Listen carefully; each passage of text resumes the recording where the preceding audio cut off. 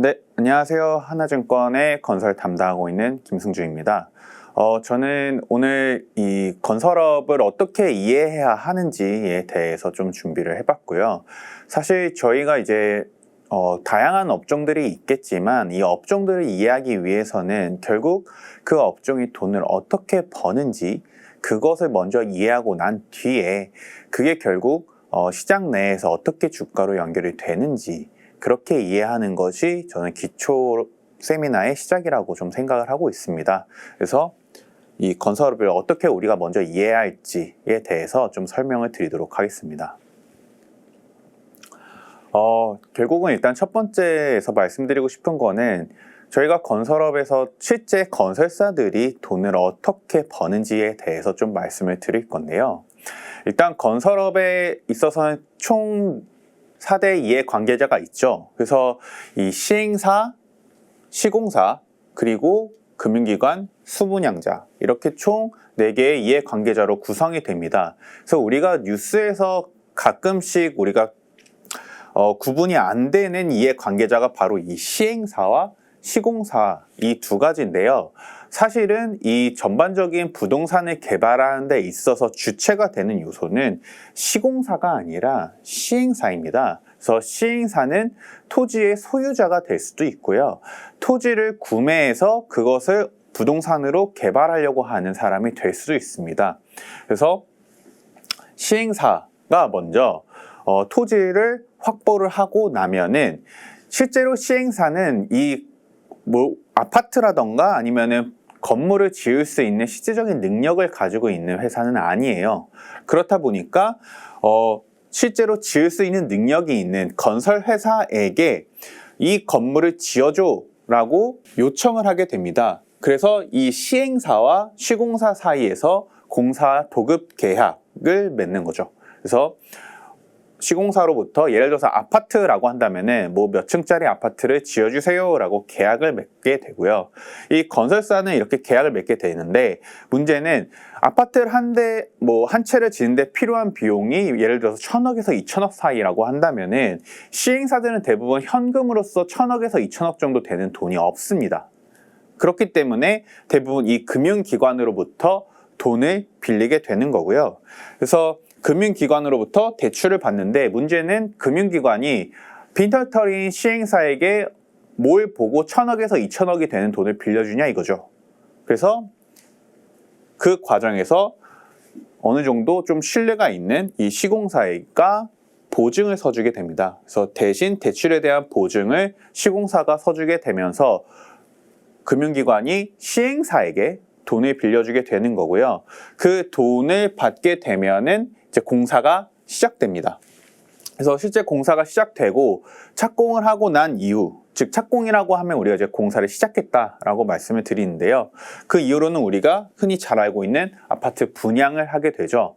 그래서 미리 이제 소비자에게 아파트를 판매를 하고 그 판매 대금이 납입이 되면 이 납입된 금액이 실제로 금융기관이 빌려줬던 원리금을 상환하거나 혹은 건설사에게 분양 대금으로 이어지게 되고 최종적으로 아파트가 다 지어지고 난 뒤에 남은 이익은 이 개발사, 시행사가 결국 돈을 가져가게 되는 그런 구조입니다. 그래서 좀 어느 정도 좀 계속 유기적으로 좀 말씀은 드렸지만 결국 건설사가 최종적으로 돈을 어떻게 버냐?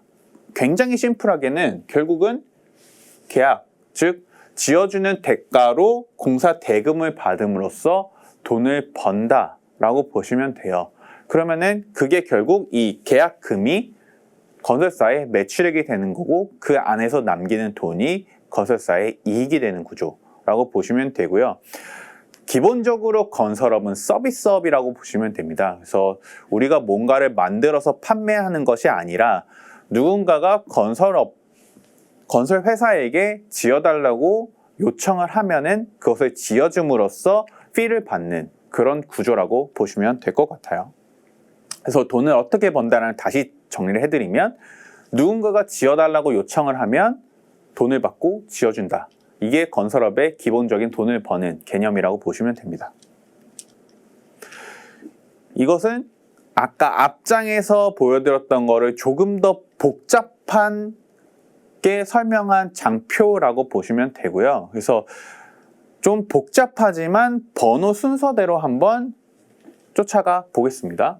일단 첫 번째, 전반적으로 이제 시행사를 설립하기 위한 스폰서가 있는 거죠. 그래서 사업주 혹은 모기업이라고 말씀을 드리고, 그렇게 해서 시행사인 SPC를 새로 설립을 함으로써 출자를 하게 됩니다. 그래서 이 시행사가 이제 이 전반적인 개발의 주체가 되는 거죠. 그래서 그렇게 출자를 하게 되면은 그 이후로 진행하게 되는 거는 이제 토지 소유자에게 사업 부지에 대한 매매 계약을 하게 됩니다. 일단 무조건 어쨌든 아파트를 예를 들자면 아파트를 짓기 위해서는 당연히 땅이 필요하겠죠. 그래서 그 땅을 보유하고 있는 사람에게 먼저 이 땅을 사고 싶습니다 라고 매매 계약을 맺게 돼요. 그렇게 해서 땅을 확보하게 된 이후로 이제 인허가기관, 흔히 이제 지방자치단체죠. 그래서 지방자치단체로부터 우리가 1000세대짜리 뭐 15층짜리 아파트를 지을 겁니다 라고 인가와 허가를 받는 과정을 거치게 됩니다. 그래서 실제로 정부가 이 아파트 여기에 몇 층짜리대로 법규 맞춰서 지어도 돼 라고 떨어지게 된다면은 그 이후로 인허가를 받은 걸 가지고 시공사에게 찾아가서 실제로 공사 도급 계약을 맺게 된다라고 보시면 돼요. 그래서 건설사는 어떤 15층짜리 뭐 1000세대짜리 아파트 이렇게 지어주세요 라고 요청을 받았을 때 도급 계약을 맺게 되고, 그 이후로 진행이 되는 건 이제 돈을 빌려야죠. 돈이 없기 때문에. 그래서 SPC는 금융기관, 우리가 흔히 이제 대주라고 불리우는 금융기관에게 대출 약정을 받고 대출을 받게 되고, 그와 동시에 나타나는 일은 결국은 일단은 먼저 제가 말씀드렸다시피 시행사는 가지고 있는 재산이나 돈이 없기 때문에 건설사로부터 보증을 받음으로써 돈을 받게 되고, 동시에 이 신탁회사들은 신탁증권을 발행을 하면서 이 바로 금융기관이 빠르게 빠져나갈 수 있도록 증권을 만들어서 판매를 하게 되는 그런 구조화가 일어나게 됩니다. 그렇게 돈을 당기게 되면 이제 공사가 시작이 되는 거겠죠. 그래서 공사가 시작된 이후로 분양을 하게 되고요. 그래서 실제로 분양을 하게 되면은 이제 시행사에게 분양 대금을 납입하게 됩니다. 그럼 납입된 금액을 가지고 일부는 공사 대금으로, 일부는 원리금 상환으로 이렇게 이루어지게 되고, 이 모든 공사가 끝나고 난 이후로는 사업이익은 결국 최종적으로 스폰서, 시행사를 설립한 사람에게 배당을 지급함으로써 이 전반적인 개발 프로젝트가 끝난다라고 보시면 돼요. 자, 여기서 다시 보시면 어쨌든 우리가 보고 있는 거는 건설업의 주식이기 때문에 건설회사가 돈을 어떻게 버냐, 굉장히 심플하게 이 모든 과정을 차치하고서라도 시공사는 공사 도급 계약을 맺고 공사 대금을 받음으로써 매출액이 발생을 하게 되고, 그 매출액에 따른 마진에 따라서 이익을 남기게 된다. 이렇게 보시면 됩니다. 자, 그러면은 어느 정도가 건설사의 몫인가, 이익이 어느 정도 되는가를 살펴보면요. 일단은 아파트의 판매 가격은 결국 분양 가격입니다. 그래서 분양 가격, 실제로 소비자에게 판매되는 가격이 전반적인 아파트의 전체 매출액이 되겠죠. 근데 그 전반적인 판매에서 실제로 건설사에게 떨어지는 건 우선적으로 건축비입니다. 그래서 건축비가 실질적으로 이 건설사 몫이 되는 거고요. 그래서 건설사는 이 건축비의 마진만 가져가는 구조가 됩니다. 그래서 매출 총이익률 기준으로 했었을 때 약 한 15%, 최근에는 이제 10%까지도 내려가긴 했죠. 그래서 15% 정도 받는다고 보시면 되고, 이렇게 누군가가 우리에게 지어달라고 요청하는 그런 공사를 우리는 도급 공사, 도급 현장이다 이렇게 불리웁니다. 그래서 부문별로 우리가 건설사, 특히 주택주들의 실적을 봤었을 때 도급 매출이 얼마냐라고 했을 때는 그거는 누군가가 나에게 지어달라고 요청했기 때문에 지어줘서 남기는 이익을 얘기한다라고 보시면 되고요. 그럼 자체는 뭐냐? 우리가 시행사를 별도의 객체로 봤었는데 사실은 건설사도 시행사가 될 수가 있죠. 직접 땅을 구매해서 본인이 직접 개발을 한다면 건설사가 시행사의 역할까지도 같이 하게 됩니다. 이거를 우리는 흔히 디벨로퍼라고 불리기도 하고요.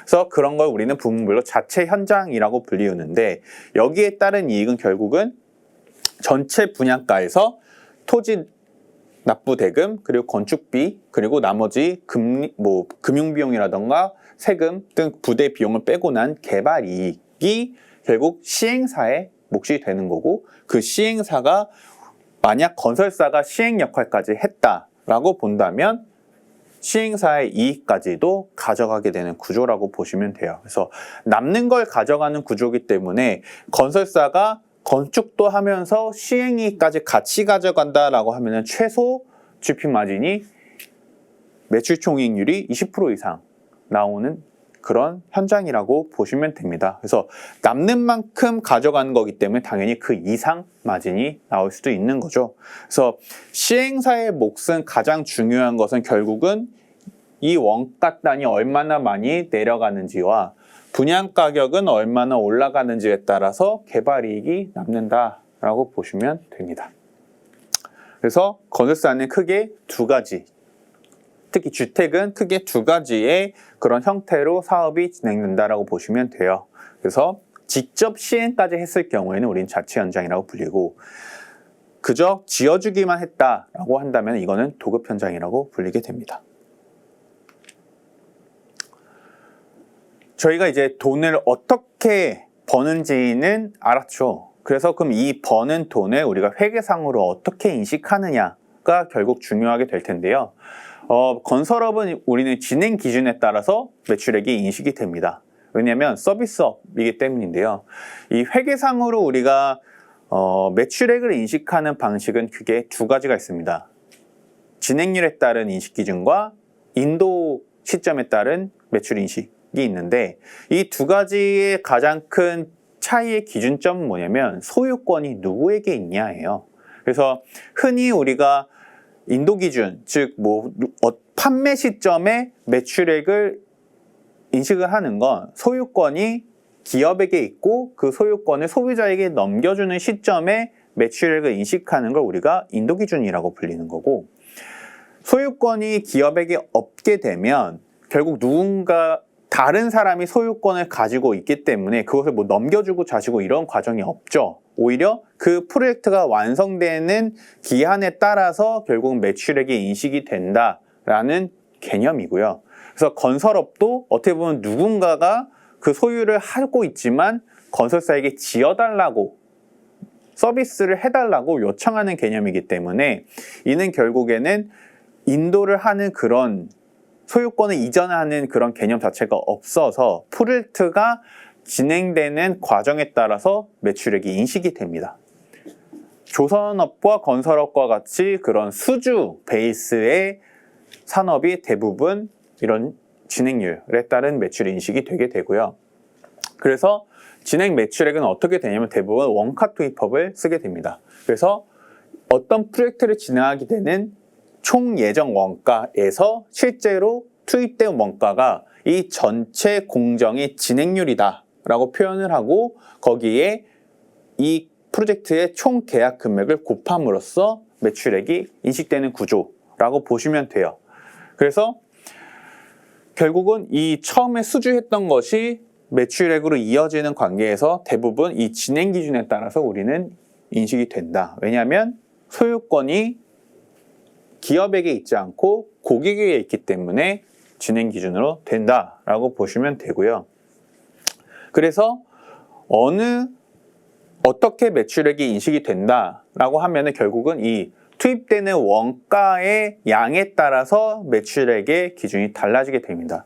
그래서 총 거의 한 3년 정도의 아파트 공사가 걸린다고 했었을 때 초기에는 6개월에서 1년 정도는 실제 아파트 혹은 플랜트라던가 이런 거는 설계와 토목 공사가 이루어지게 돼요. 그래서 땅을 작업한다거나 아니면은 이제 밑에 있는 지하실을 판다거나 라는 걸로 먼저 시작을 하게 되는데, 이런 경우에 사실은 원가가 그렇게 많이 들어가지 않습니다. 왜냐하면 중장비와 인력 이게 다거든요. 언제부터 매출액이 본격적으로 인식되기 시작하냐면은 시멘트와 철근이 들어가기 시작하는 순간부터 매출액이 본격적으로 많이 발생을 하게 되고 그게 마무리 공사까지 쭉 이어진다라고 보시면 됩니다. 그래서 총 3년 정도 매출액이 인식된다라고 봤었을 때 초기 1년에는 약 한 10% 정도가 매출액이 인식이 되고요. 나머지 2년 동안 매출액이 차례차례 인식된다라고 보시면 됩니다. 그래서 우리가 이렇게 결국 보는 이유는 수주를 한 시점 그리고 공사를 시작한 시점으로부터 1년 뒤부터 매출액이 본격적으로 인식되는구나 라고 이해하시면 돼요. 그럼 결국 그게 나중에 우리가 추정을 할 때 어떻게 이어지게 되냐면 실제 착공이 들어간 1년 후부터 매출액이 증가할 거다라고 결국 추정을 하게 되는 게 이 회계상의 인식 때문이라고 보시면 될 것 같습니다. 그래서 이거를 조금 더 우리가 결국은 언제부터 매출액이 본격적으로 발생하느냐는 실제에 우리가 공정을 어떻게 진행하는지에 따라서 매출액이 개시 시점에 인식이 되는 거고요. 그리고 추가적으로 지금 건설업만 말씀드리고 있지만 건자재 업체들이 언제부터 매출액이 본격적으로 나오냐라는 거는 바로 이 공정에 따른 밸류 체인에 있다라고 보시면 돼요. 그래서 다시 말씀드리지만 초기 6개월 정도까지는 토공사와 기초공사 정도만 하기 때문에 실제로 들어가는 거는 인력과 중정비뿐이다. 그렇기 때문에 초기 6개월에서 1년 정도는 매출액이 본격적으로 진행되지가 않습니다. 그래서 전체 계약 금액의 10% 정도까지밖에 안 되고 본격적으로 철근 콘크리트부터 이제 미장, 목공사, 유리 등등이 들어가게 되면서 매출액이 인식되는 그래서 1년 후부터 매출액이 본격적으로 인식된다라는 것만 이해하시면 될 것 같아요. 그러면 저희가 지금까지 살펴본 거는 건설사가 어떻게 돈을 벌었는지와 그리고 그 돈을 번 것을 어떻게 회계상으로 인식하는지에 대해서 말씀을 드렸습니다. 그럼 이제 여기서 말씀드릴 건 뭐냐면은 그러면은 우리가 그 프로젝트 하나하나별로 수주를 어떻게 이루어지고 그 수주가 된 것이 매출액이 언제부터 발생을 하며 언제 매출액이 끝나는지 이 전반적인 과정에 대해서 정리를 하게 되면 그러면 우리가 돈을 어떻게 벌어서 회계상으로 어떻게 인식하고 그게 실제로 몇 년간에 걸쳐서 회계상의 숫자로 어떻게 나오는 건지를 이해하실 수 있을 거예요. 그래서 먼저 우리는 크게 주택을 놓고 봤었을 때 두 가지의 방식의 수주를 하게 됩니다. 그래서 흔히 빈 땅에 짓는 것과 부시고 짓는 것, 이 크게 두 가지로 나뉜다고 보시면 되고요. 먼저 빈 땅에서 짓는 것을 말씀을 드리면 가장 먼저는 토지 매입을 먼저 시작하게 됩니다. 그래서 토지 매입을 하고 시공사 선정을 하고 인허가까지 걸리는 시간이 약 한 1년에서 2년 정도 걸리게 돼요. 그럼 실제로 우리가 수주를 어느 시점에 하게 되냐면은 결국 시공사가 선정되거나 인허가가 떨어지는 시점에 수주를 인식하게 되고요. 이 인허가를 받고 나서부터 착공까지는 사실은 크게 긴 기한이 걸리지 않습니다. 그래서 실제로 자금만 들어오면 바로 착공을 들어갈 수 있는 구조이기 때문에 사실 인허가 시점으로부터 착공, 이제 앞으로 매출액이 발생하는 시점까지는 별로 큰 차이가 나지 않아요. 그래서 수주하고 수주연구에 쌓고 착공 시작하면 매출액이 본격적으로 나타나게 되는데 매출액으로부터 1년 정도부터 매출액이 나와서 준공 시점까지 매출액이 인식된다 라고 보시면 되고 실제로 국토교통부에서 우리가 숫자로 확인해 볼 수 있는 게 바로 이 인허가 세대수와 착공 세대수 그리고 실제 분양 세대수, 준공 세대수 그리고 분양이 안 된 미분양 세대수를 우리는 국토부 통계에서 확인해 볼 수가 있습니다. 그래서 국토부의 통계가 어떻게 변화하는지에 따라서 전반적으로 우리가 향후 착공 혹은 분양이 증가할지 감소할지 준공이 3년 뒤에 나타날 준공이 감소할지 증가할지에 대해서 추정을 해볼 수가 있다는 거죠. 이거는 제가 뒤에서 그래프로서 다시 한번 설명을 드리도록 하겠습니다. 그래서 빈 땅에서 짓는 거에 대한 과정에 대해서 말씀드렸고 수주 시점은 대부분 인허가 시점, 매출액이 개시된 시점은 착공 시점, 그리고 매출액이 끝나는 시점은 준공 시점, 다 지어진 준공 시점이라고 보시면 됩니다. 부시고 짓는 거는 이렇게 두 가지를 따로 구분한 이유는 과정이 다른 부분이 있기 때문이에요. 그래서 이 앞단에 대한 것들은 사실은 무시하셔도 되는 부분이고, 정확하게는 사업시행 인가 시점이 대부분 수주 시점이 됩니다.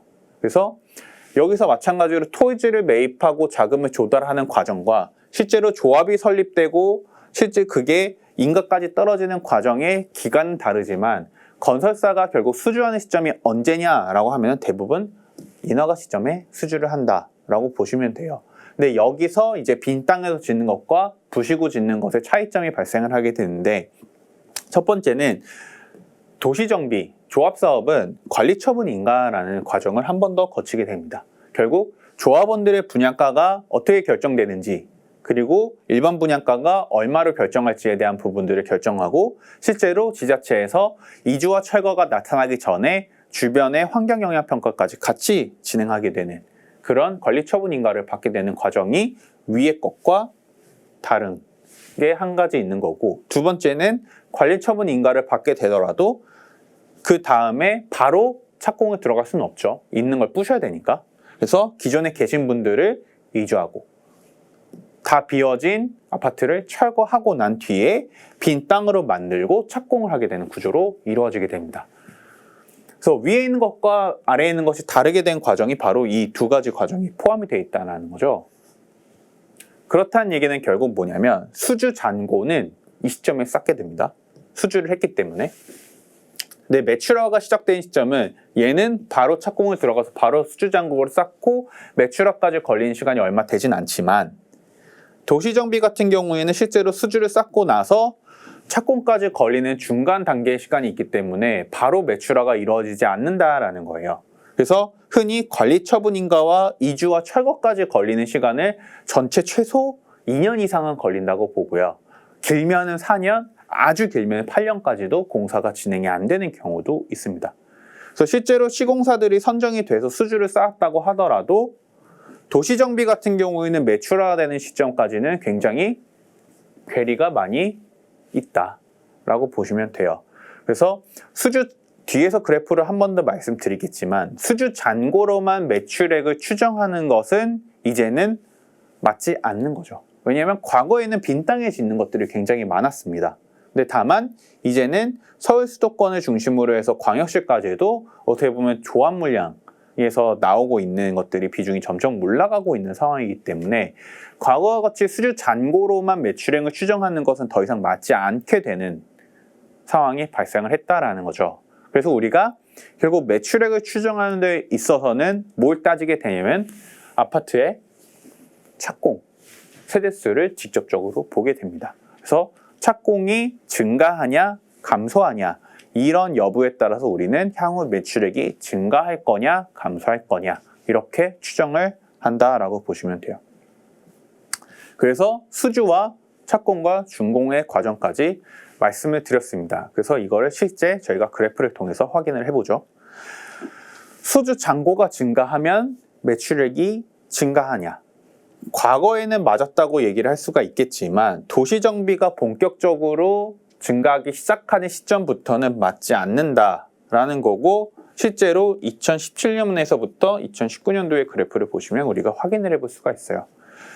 수주 잔고는 계속 증가하는 모습을 보여줬는데 문제는 매출액은 오히려 정체하거나 감소하는 모습을 보여줬다라는 거죠. 그래서 흔히 수주잔고가 증가하면 이건 자연스럽게 우상향돼야 되는 거 아니냐라고 생각을 하겠지만은, 이런 부분에서 우리는 오히려 수주잔고가 매출액의 추정과는 맞지 않을 수 있다라는 것을 확인해 볼 수 있다라는 거죠. 그러면 착공과 매출액의 방향성에 대해서는 어떻게 보느냐? 결국 착공을 하고 나서 앞으로 3년 동안은 매출액으로 인식이 될 겁니다. 그래서 착공이 증가하거나 감소하는 방향성에 따라서 이동평균적으로 매출액의 방향성이 움직이게 될 거예요. 그래서 이 매출액이 정체된 이유가 뭐냐라고 했었을 때는 이동평균적으로 봤었을 때 착공이 감소했기 때문인 것입니다. 그래서 착공이 많아졌다가 감소해서 이동평균적으로 비슷한 모습을 보여줬기 때문에 주택 매출액이 여기서 이렇게 증가하다가 정체하는 모습을 보였다는 거고, 여기서 다시 매출액이 증가한 이유는 이 시점부터 주택 착공이 증가했기 때문이다 라는 거죠.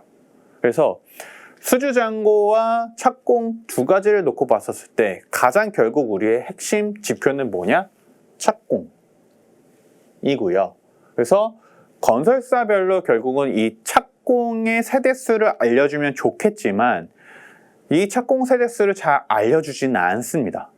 그렇다 보니 우리가 확인하는 거는 분양 세대수예요. 분양 세대수는 결국 시중에서 몇 세대씩 분양하는지 다 나오기 때문에 이거를 집계를 하면은 분양이 몇 세대인지를 우리가 확인해 볼 수 있다라는 거죠.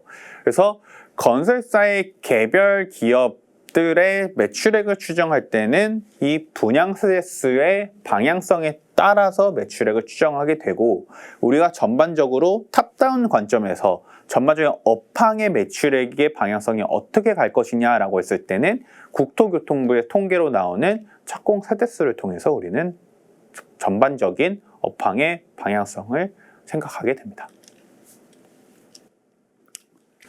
그래서 인허가와 착공에 대해서 말씀을 드리면, 아까 그 앞에 수주와 매출액이 되는 그 과정을 다시 상기를 해봤을 때, 인허가가 일어나게 되면 대부분 착공이 발생하는데 도시정비 같은 경우는 그 텀이 발생하는 경우도 있었죠. 그래서 실제로 인허가는 많이 받은 실적들이 있으나 그만큼 착공이 못 따라오는 실적들이 발생을 하는데, 그게 결국은 도시정비다라고 이해해 주시면 돼요. 그래서 실제로 작년에도 인허가는 거의 50만 호 가까운 인허가를 했지만 착공은 오히려 30만 호밖에 못했다라는 거고, 이 차이가 어디서 발생하느냐? 물론 도급에서 인허가를 받고도 착공하지 못하는 것들도 있겠지만 작년에 재건축 재개발 쪽에서 인허가가 활발한 영향도 있었을 것이다 라고 본다라는 거죠. 그래서 착공과 준공이 최소 이제 한 3년 정도의 기한을 둔다라고 앞에서 말씀을 드렸는데, 그게 왜 그러냐면 결국 아파트가 지어지는 기간이 3년이기 때문, 평균적으로 3년이기 때문이라고 보시면 돼요. 그래서 우리가 흔히 잘 확인해 볼 수 있는 건 착공이 증가하고 나서 3년 뒤에 피크를 치는 모습들을 확인을 해볼 수가 있다라는 거고, 마찬가지로 21년에 착공이 피크를 쳤기 때문에 3년 뒤인 24년에 준공을 피크로 찍고 나서 감소할 거다, 이렇게 보고 있습니다. 그래서 준공 물량 자체는 24년도까지 증가하는 모습을 보이다가 25년도에 빠지는 그런 모습을 보이게 되죠. 이렇게 실제로 우리는 그래프로서 어떻게 이해해야 되는지에 대해서 확인을 해봤고요. 결국 관건은 뭐냐? 착공에 대한 추정이 제일 중요하다라는 거고요. 그래서 이 착공의 증감이 어떻게 될지가 결국 실적의 방향성의 키라는 것을 지금 거듭 반복적으로 좀 말씀을 드리고 있습니다. 근데 이게 착공이 우리 앞으로 증가할 거냐 감소할 거냐라는 거는 결국은 좀 정성적으로 우리가 이제 앞으로 추정할 수밖에 없는 요소인 것 같아요. 그래서 실제로 사업 주체인 시행사나 조합이 지금 신규로 부동산을 개발하기가 좋은 환경이냐인 것이 결국은 착공이 증가할 거냐 감소할 거냐에 대한 핵심 요소라고 보고요. 아파트가 잘 팔리는 환경인 거냐라는 것을 우리가 확인을 해보기 위해서는 분양가 청약 동향을 보는 거고, 사업성이 나오는 환경인 거냐라고 하면은 분양가와 원가가 어떤 방향성으로 움직이는지를 보는 겁니다. 그래서 이런 복합적인 이유로다가 실제로 올해 내년도에 착공이 증가할지 감소할지를 생각해 본다라는 거죠. 그래서 실제로 이제 미분양과 착공의 그래프를 그려봤었을 때 미분양이 증가할수록 착공은 감소한다라는 것을 우리는 확인해 볼 수가 있고, 이건 너무나 당연한 게 아파트가 안 팔리는 환경이기 때문에 앞으로 나타날 착공 자체는 굉장히 줄어들 수밖에 없다라는 거죠. 왜냐? 안 팔리면은 아무도 부동산 개발을 나서려고 하지 않는 환경이라는 거니까요. 그래서 실제로 2022년도에 착공 세대수가 급격하게 감소하게 된 이유도 미분양이 빠르게 증가한 것도 한몫한다라고 보시면 됩니다. 그리고 당연히 이 아파트 가격과 분양가에 대해서도 당연히 생각할 수밖에 없다라는 거고요. 그래서 아파트 가격 자체가 굉장히 빠르게 상승하는 구간에서는 대부분 미분양은 감소하는 모습들을 보여준다라는 거죠. 그래서 아파트 가격이 올라가게 되면은 굉장히 아파트가 잘 팔리게 되는 환경으로 변한다라는 거고, 아파트가 잘 팔리는 환경으로 변화하게 되면 결국은 착공이 증가하게 되는 그런 모습을 보이게 됩니다. 그래서 건설업에서 우리가 아파트 가격에 대해서 어느 정도 계속 스터디를 해보는 이유가 바로 이런 이유다라고 보시면 돼요. 그래서 아파트 가격과 실제 착공은 엄밀히 관계가 있다라고 보시면 됩니다. 그래서 여기까지 제가 이제 어떻게 하면 착공까지 추정을 하는지 말씀을 드렸고, 여기서 추가로 말씀드릴 점은 이제 우리가 이슈가 되고 있는 PF에 대한 내용을 좀 말씀을 드릴 거예요. 그래서 아까 앞에서 봤듯이 시행사는 돈이 없습니다. 그렇기 때문에 금융기관으로부터 돈을 빌려서 그것을 먼저 돈을 쓰고 나중에 수분양자로부터 들어오는 분양대금을 통해서 돈을 갚거나 공사 대금을 지급하거나 하는 방식으로 진행된다고 앞장에서 말씀을 드렸어요. 그래서 우리는 그 돈을 빌리는 방식이 크게 두 가지로 나뉘게 되고요. 첫 번째는 브릿지, 즉 실제로 공사가 진행되기 전까지 그 중간의 역할을 한다고 해서 브릿지라고 불리는데, 사실상 토지 매입에 쓰이는 돈이라고 보시면 돼요. 본 PF라고 하는 거는 이제 빌렸던 브릿지에 대한 대출을 갚고 남은 돈으로 공사비를 일부는 충당하는 그 대출을 우리는 본 PF다라고 불립니다. 그래서 무엇을 믿고 돈을 빌려주냐 하면은 대부분 브릿지에서는 시공사의 보증을 통하게 되고, 공사가 진행됐다라고 본다면은 착공을 하고 나서 받는 본 PF 같은 경우에는 이제 여기서는 증권사나 부동산 신탁사나 시공사들이 같이 보증을 서게 되는 여러 가지 방식으로 이루어지게 되고요. 실제로 유동화증권 같은 경우에는 돈을 빌려준 금융기관이 이제 돈을 묻기가 싫으니까 빨리 채권을 매각해버리고 그 돈을 다른 데로 굴리려고 한다라는 거죠. 그래서 그 매각하는 과정이 이 유동화 과정이다라고 보시면 되고, 이 유동화에 대한 방법을 증권사들이 대부분 도와준다라고 보시면 돼요. 그래서 이렇게 대부분 돈을 빌린다라고 보시면 되고, 이거를 구조를 통해서 조금 말씀을 드리겠습니다. 자, 앞에서 봤던 것과 살짝은 이제 차이가 있는 게, 왜냐면 관점의 차이를 우리는 개발이 어떻게 진행되느냐에서 돈을 어떤 과정으로 빌리냐로 바뀌었기 때문에 조금 달라졌다라고 보시면 되고요. 마찬가지로 번호를 순차적으로 따라가시면 됩니다. 그래서 먼저 시공사와 도급 계약을 맺게 되죠. 그렇게 되면은 지급 보증이 나타나서 브릿지를 땡기게 되는 거고요. 그래서 실제로 건설사가 이 브릿지 과정에서 먼저 보증을 서주게 됩니다. 그래서 보증을 서준 브릿지를 가지고 토지 대금을 납부하게 되는 거예요.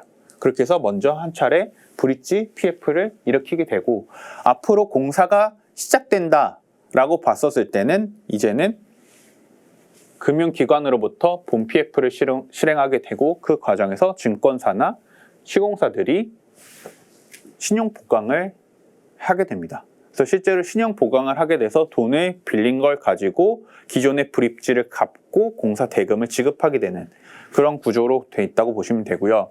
이 지금 투명하게 회색 부분으로 되어 있는 부분이 PF의 유동화 과정입니다. 그래서 실제로 받은 이 대출 채권을 가지고 유동화 회사에게 대출 채권을 양도해서 기존 금융기관은 엑싯을 하게 되고, 그리고 남은 이 유동화에서 투자자들로 하여금 채권을 매각하고 실제로 매각 대금을 받아서 양도하게 되는, 이 투자자들은 이 유동화 채권을 싸게 혹은 더 높은 이자율로서 받게 되면서 유동화가 되는 과정이라고 보시면 돼요. 그럼 여기서 우리가 왜 지금 PF 리스크가 나타나느냐? 일단 브릿지 같은 경우에는 분양 좀 하려고 하면은 이게 미분양이 날 것 같은 현장들, 그래서 부도날 것 같은 입지가 눈에 보이기 때문에 이게 본 PF로 넘어가지 못하는 겁니다. 그래서 이 과정에서 사실은 건설사가 브릿지론 할 때 연대 보증을 서줬기 때문에 돈이 없는 시행사 대신에 갚아야 되는 경우가 있는 거고요. 그래서 대신 시행사로부터 돈을 갚아주고 채권을 얻고 현금은 나가게 되는, 그래서 대부분 이 과정을 통해서 이 돈은 내가 못 받을 돈이다 라고 여겨지게 되면은 채권을 생각해서 비용 반영을 하게 됩니다. 이 전반적인 과정에서 보면은 유동성이 감소하게 되는 거죠. 그래서 건설사들이 돈을 주고 비용 처리해버리는 문제가 발생할 수 있는 거고, 본 PF에서 같은 경우에는 이게 미분양이 발생해서 수분양자들이 실제로 내는 분양 대금으로 전체 자금을 수혈하지 못할 때 문제가 발생을 하게 돼요. 그렇게 되면은 시공사는 대부분 책임 준공, 즉 우리는 지어주기만 하면 이 전반적인 본 PF에 있어서 우리는 채무 인수에 대한 책임은 없다라고 약정을 대부분 했습니다. 그래서 우린 다 지어주기만 하면 되기 때문에 공사비를 받지 못하더라도 자기 자금으로 공사를 완공하게 됩니다. 그래서 대부분 다 짓고 나서 유치권을 행사해서 어떻게든 돈을 받으려고 하는 경우가 발생을 할 거예요. 그래서 건설사 같은 경우에는 매출 채권을 보유하게 되고 현금은 나가게 되는. 그래서 이것들이 대부분 공사 미수금으로 남게 되고 최종적으로 공사 미수금을 다 받지 못하게 되는 경우에 충당금으로서 비용을 반영하게 되는 구조다라고 보시면 됩니다. 근데 대부분 브릿지론 같은 경우에는 토지의 매입 대금 정도밖에 금액이 안 되기 때문에 대부분 1,000억 미만인데, 이 본 PF 같은 경우에는 실제로 공사를 진행하는 자금이기 때문에 1,000억 이상의 돈을 빌리게 돼요. 근데 실제로 건설사가 지금 리스크가 져야 될 부분은 바로 이 공사비이기 때문에 전차 공사비를 받지 못한 금액만큼 현금을 나가게 돼서 그 현금이 오히려 말라가게 되는 그런 과정을 겪을 수가 있는 게 바로 이 본 PF에 있어서의 건설사의 리스크라고 보시면 됩니다. 유동화증권에 있어서의 PF 리스크는 뭐냐면, 결국 이 유동화증권은 굉장히 단기물로서 이루어지게 돼요. 그래서 대부분 한 3개월, 길면은 1년 정도의 단기물로서 투자를 하게 되는데, 이게 연장하지 않는 경우가 발생할 수가 있어요. 왜냐하면 투자자들이 이거 보니까 분양이 안 돼서 투자금을 못 받을 것 같은 이제 불길한 예감이 든다라는 거죠. 그래서 우리는 더 이상 추가적으로 계속 3개월 연장하면서 롤오버 하지 않고 돈 주세요 라고 하게 되는 거죠. 그래서 유동화 과정에서 만약에 건설사가 보증을 섰다면 그만큼 대신 갚아줘야 되지만, 사실은 이 유동화 과정에서 건설사는 대부분 보증은 잘 서지 않게 되고요. 워낙 리스키하기 때문에 대부분 제2금융권이나 증권사들이 보증을 쓰게 됩니다. 그래서 지금 문제가 발생하고 있는 부분이 이 유동화부터 먼저 신용 크레딧 리스크가 발생을 했다라고 보시면 되고, 동시에 지금 미분양이 많이 발생하고 있는 환경이기 때문에 이 브릿지에서 추가적으로 나타난다라고 보시면 됩니다.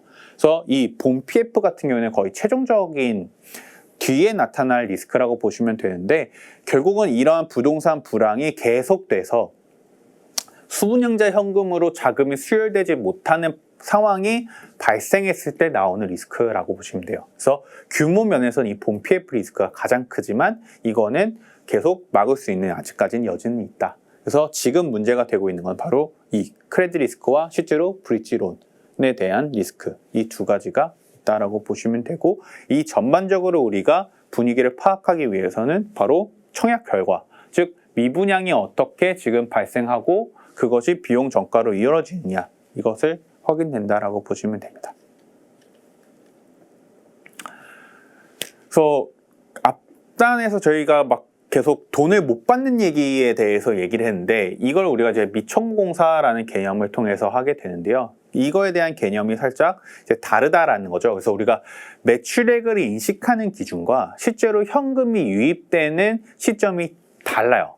그래서 사실은 우리가 재무상태표에 놓고 봤었을 때 현금 흐름표가 따로 있는 거죠. 근데 건설사는 애초에 이게 뭐 넘겨지는 시점에 매출액을 인식하는 게 아니라 실제로 원가가 투입되는 과정에 따라서 매출액이 인식이 되고, 근데 공사 대금은 원가를 투입한다고 바로 주는 게 아니라 계약서에서 명시된 공정 단계가 돼야 달성이 된다라는 거예요. 그래서 실제로 원가가 투입해도 아직 그 공정 단계가 되지 않았기 때문에 청구하지 못한 금액들이 있습니다. 그걸 우리가 미청구 공사라고 부르는 거죠. 청구하지 못한 공사 금액이 있다라는 거고, 실제로는 내가 대금을 청구했으나 아직 현금을 주지 않은 그런 거는 우리는 공사 미수금이다 라고 불리게 됩니다. 그래서 저희가 재무 상태에서 이 두 가지 계정이 각각 나오게 돼요. 그래서 우리가 다시 그래프를 통해서 좀 보게 되면은, 실제로 우리가 공사를 시작하고 나서 회계사기 진행에 대해서 매출액은 계속 인식이 되죠. 근데 문제는 원가가 투입됐어도 우리가 계약상의 대금이 청구되는 시점이 되어야 공사 대금을 달라고 요청할 수가 있는 겁니다. 그래서 80%까지 회계상으로는 진행이 됐는데 아직은 공사의 그런 대금 청구 시점이 안 됐다고 한다면 이만큼에 해당하는 부분이 우리는 미청구 공사가 될 수가 있는 거죠. 그래서 실제로 요 정도는 우리는 청구를 했던 매출 채권이 되는 거고, 이게 만약에 현금으로 들어오지 못했다라고 한다면 이거는 공사 미수금이 되는 겁니다.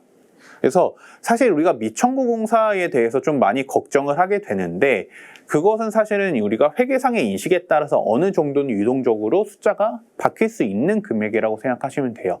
그래서 오히려 제일 걱정이 되는 건 이 공사 미수금입니다. 미수금. 그래서 실제로 우리가 진행상까지 진행을 해서 공사는 했는데 돈을 받지 못한 공사 미수금이 가장 큰 문제인 거고, 이 공사 미수금이 장기 채권으로 가게 되고 점점 받지 못한 금액으로 인식될 거다라고 생각이 들면 이때 이 금액에 대해서 채권 상각이 이루어지게 되는 겁니다. 앞에서는 제가 대부분 이제 아파트, 주택이 어떤 과정에 따라서 지어지고 매출액이 인식되는지에 대해서 말씀을 드렸는데, 이 건설에서 나머지 한 축인 플랜트, EPC에 대해서 말씀을 드릴 거예요. 그래서 크게 우리가 공사가 진행되는 과정이 이렇게 이루어지게 되고, 차근차근 설명을 드리면 먼저 기획 타당성 검토 부분에서 실제로 어떤 공장을 지었을 때 이 지어진 상품이 얼마에 팔릴 거고 ROE가 몇 프로 나와서 우리가 이 전체 프로젝트가 돈이 되냐 안 되냐 여부를 확인할 수 있는 게 타당성 검토입니다. 그래서 실제로 우리가 돈이 된다 라고 여겨지게 되면은 PMC라고 하는 업체를 끼게 돼요. 왜냐하면 발주처는 공사에 대해서 잘 모르거든요. 그래서 이런 시공사들이 자기들을 등쳐먹을 수 있는지 없는지를 확인해 볼 수가 없기 때문에 그것을 대신 확인해 줄 수 있는 업체를 선정을 하게 됩니다. 그리고 우리는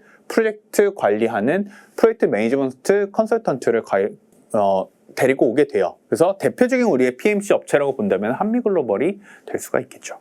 그래서 그렇게 프로젝트 관리하는 업체를 선정하고 난 이후로 실제로 이제 설계가 들어가게 되는데, 이 기본 개념 기본 설계라고 하는 베이직 엔지니어링이라고 하는 베이직 디자인 엔지니어링이라고 하는데, 이건 우리가 흔히 피드라고 불려요. 그래서 실제로 진짜 설계를 시작하기 전에 기본적으로 어떻게 설계가 되는지에 대해서 얘기를 하는 거고요. 그래서 우리가 예를 들어서 자동차로 따지자면은 자동차를 클레이로 만드는 디자인을 우리는 기본 설계라고 보는 거고, 실제로 그 자동차의 강판, 문 하나하나 이런 거를 어떻게 설계할지가 상세 설계 부분이라고 보시면 돼요. 그래서 피드를 진행하고 나서 실제로 우리의 건설사의 대부분의 영역은 이 EPC, 엔지니어링, 그리고 조달, 프로큐어먼트, 시공, 컨스트럭션 이렇게 세트로 이루어지게 되는 공사를 수주를 하게 됩니다. 그래서 다 시공까지 완전하게 되면은 이제 운영 관리까지 이루어지는 구조고, 실제로 우리는 이것을 EPC를 수주를 많이 하기 때문에 플랜트 EPC를 한다라고 보시면 됩니다. 그래서 전반적인 토탈 규모는 매출액은 뒤로 갈수록 굉장히 커지게 돼요. 그래서 시공 부분이 사실은 매출액이 가장 크고, 그 앞단으로 갈수록 매출액 규모 자체는 굉장히 작아지게 됩니다. 반면에 마진은 거꾸로예요. 그래서 시공 마진이 제일 낮고 오히려 그 앞단으로 갈수록 마진 자체가 높아지게 되고, 리스크 측면에서도 매출액이 큰 규모가 오히려 리스크가 굉장히 큽니다. 그래서 이 시공단만 만약에 담당을 하게 되었을 때에는 매출액 자체는 굉장히 크게 나올 수 있지만 마진은 굉장히 낮고요. 오히려 적자까지도 이루어질 수 있는 부분이 바로 시공 부분이라고 보시면 되고, 조달, 설계, 앞에 있는 기본 설계로 갈수록 굉장히 고부가가치 산업이다라고 보시면 됩니다. 그래서 과거의 건설사들은 해외에서 했을 땐 대부분 C부터 시작해서 이 앞단으로 점차 넘어가는 단계였다고 보시면 되고요. 그래서 우리가 중동분 한창 했었을 때가 바로 이 EPC까지 이렇게 시공까지 했다라고 보시면 되고, 최근에는 삼성 엔지니어링이나 아니면 DLNC, 현대건설 같은 경우에는 바로 이 피드 개념 기본 설계 앞단까지 점차 나아가고 있는 상황이라고 보시면 돼요. 그래서 전반적인 입찰 프로세스는 사실은 간단합니다. 그래서 먼저 자격이 되는 애들을 선정을 하고 그 자격되는 선정하는 애들끼리 입찰서를 보내줍니다. 그래서 입찰 과정이 크게 두 가지, 기술적 입찰과 상업적 입찰. 그래서 어떻게 너네가 지을 건가를 입찰서에서 보여주는 거고, 그래서 얼마 드는데를 커머셜, 상업 입찰을 통해서 확인을 하는 거죠. 그래서 기술적인 부분과 가격적인 부분을 모두 고려를 해서 최종적으로 평가를 해서 수주를 하게 되는 구조라고 보시면 돼요. 그래서 우리가 대부분 이 숏리스트와 이 전반적인 누가 최저가로 넣었냐, 사실 가격이 가장 중요한 부분이 되고, 이것을 뉴스를 통해서 누가 수주할 가능성이 높다, 이렇게 보는 겁니다.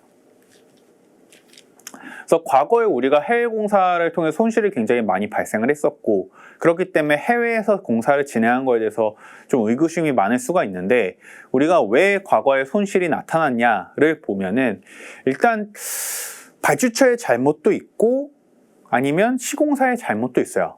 근데 시공사가 잘못했을 경우에 당연히 돈을 내야 되긴 하는데, 발주처가 잘못했는데 이게 독소 조항으로 인해서 시공사가 청구를 못한 경우가 꽤 있었다라는 거죠. 그래서 우리가 그걸 과거의 경험을 좀 겪으면서 요즘에는 어떻게 하면 그게 돈을 잘 받을 수 있을 건가에 대한 고민들을 굉장히 많이 해서 입찰을 넣게 됩니다. 그래서 과거에는 이제 대부분의 책임 전가가 계약자에게 되어 있었기 때문에 발주처에게 일방적으로 유리한 구조였고요. 그리고 입찰할 때 당시에 독소 조항 같은 경우에 적용이 안 되니까, 혹은 그런 독소 조항이 없으면 바로 탈락시키겠다라고 정도로 이제 명시를 해놨기 때문에 대부분 어느 정도 저가 수주라던가 아니면 독소 조항이 들어가 있는 계약을 하게 되었다라는 거죠. 그래서 정상적으로 우리가 뭔가 발주처의 잘못으로 인해서 클레임, 즉 우리가 청구를 할 수 있는 그런 상황이 안 되게 되면은 돈을 못 받게 되는 그런 구조가 나타나게 되고, 실제로 이런 클레임을 제때 하지 못했을 때에도 나중에 클레임을 치더라도 돈을 못 받게 되는 구조가 굉장히 많았어요. 그래서 실제로 공사를 하더라도 우리가 돈을 못 받았던 그런 사례들이 많았고, 최근에는 어느 정도 지금 글로벌 EPC사들의 경쟁 상황이 좀 많이 약화가 됐기 때문에 과거와 같이 이렇게 독소 조항을 넣는다거나 아니면 터무니없이 낮은 가격으로 입찰한다거나 그런 상황이 굉장히 많이 줄었습니다. 또한 대부분 이제 유럽의 EPC사들과 같이 컨소시엄을 구성해서, 즉 한 팀을 맺어서 입찰서를 넣는 경우가 많아졌기 때문에 과거와 같이 이제 독소 조항이라던가 이런 경우는 좀 많이 리스크를 낮췄다, 이렇게 보시면 될 것 같아요. 그래서 최근에 나오고 있는 해외 공사에서는 어느 정도 좀 이익이 나타나고 있고, 그게 실제로 삼성 엔지니어링 우리의 실적 발표에서도 확인을 해볼 수가 있는 부분입니다. 네, 여기까지가 저희 건설업에 대해서 대부분 좀 기초에 대한 설명을 드렸고요. 그래서 건설업이 어떻게 돈을 버는지, 그리고 그게 회계상으로 어떻게 인식이 되는지, 그리고 마지막으로 그렇게 해서 우리가 매출액을 어떻게 추정을 할 건지에 대해서 좀 말씀을 드려봤습니다. 네, 추가적으로 나중에 궁금하신 점 있으시면 댓글에 남겨주시면 제가 나중에 저희 실제로 방송을 통해서도 좀 말씀을 드릴 수 있는 기회가 될 수 있을 것 같습니다. 감사합니다.